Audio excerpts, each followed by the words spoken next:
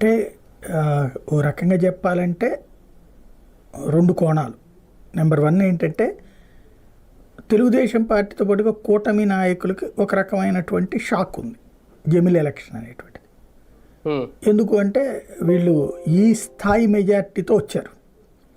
ఇప్పుడు జమిలి ఎన్నికలు జరిగితే ఇప్పటికీ సంక్షేమ పథకాలు పెద్దగా అమలు కావట్లేదు. ప్లస్ జరుగుతున్నటువంటి కొన్ని పరిణామాల కారణంగా ఏదైతే అనేక మందిని అరెస్ట్ చేయించడం, జైళ్ళలో పెట్టడం, ఒకప్పుడు అవి సమర్థించుతుండొచ్చును కానీ క్రమంగా ప్రజల్లో ఒక నెగిటివిటీ వస్తుంది.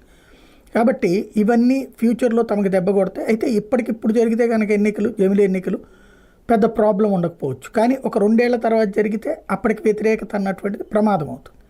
కాబట్టి ఎన్నికల ముందు ఇప్పుడు వీళ్ళు అనుకునేది ఏంటి, సాధారణ సంక్షేమ పథకాలు ఇవన్నీ కూడా ఇప్పుడు ఏమి ఇవ్వలేదు కదా, ఈ ఏడాది ఏదో గ్యాసు నున్ను తర్వాత 1000 రూపాయల పెన్షన్ ఇచ్చుకొచ్చారు, మిగతా సూపర్ 6 లేవు కదా.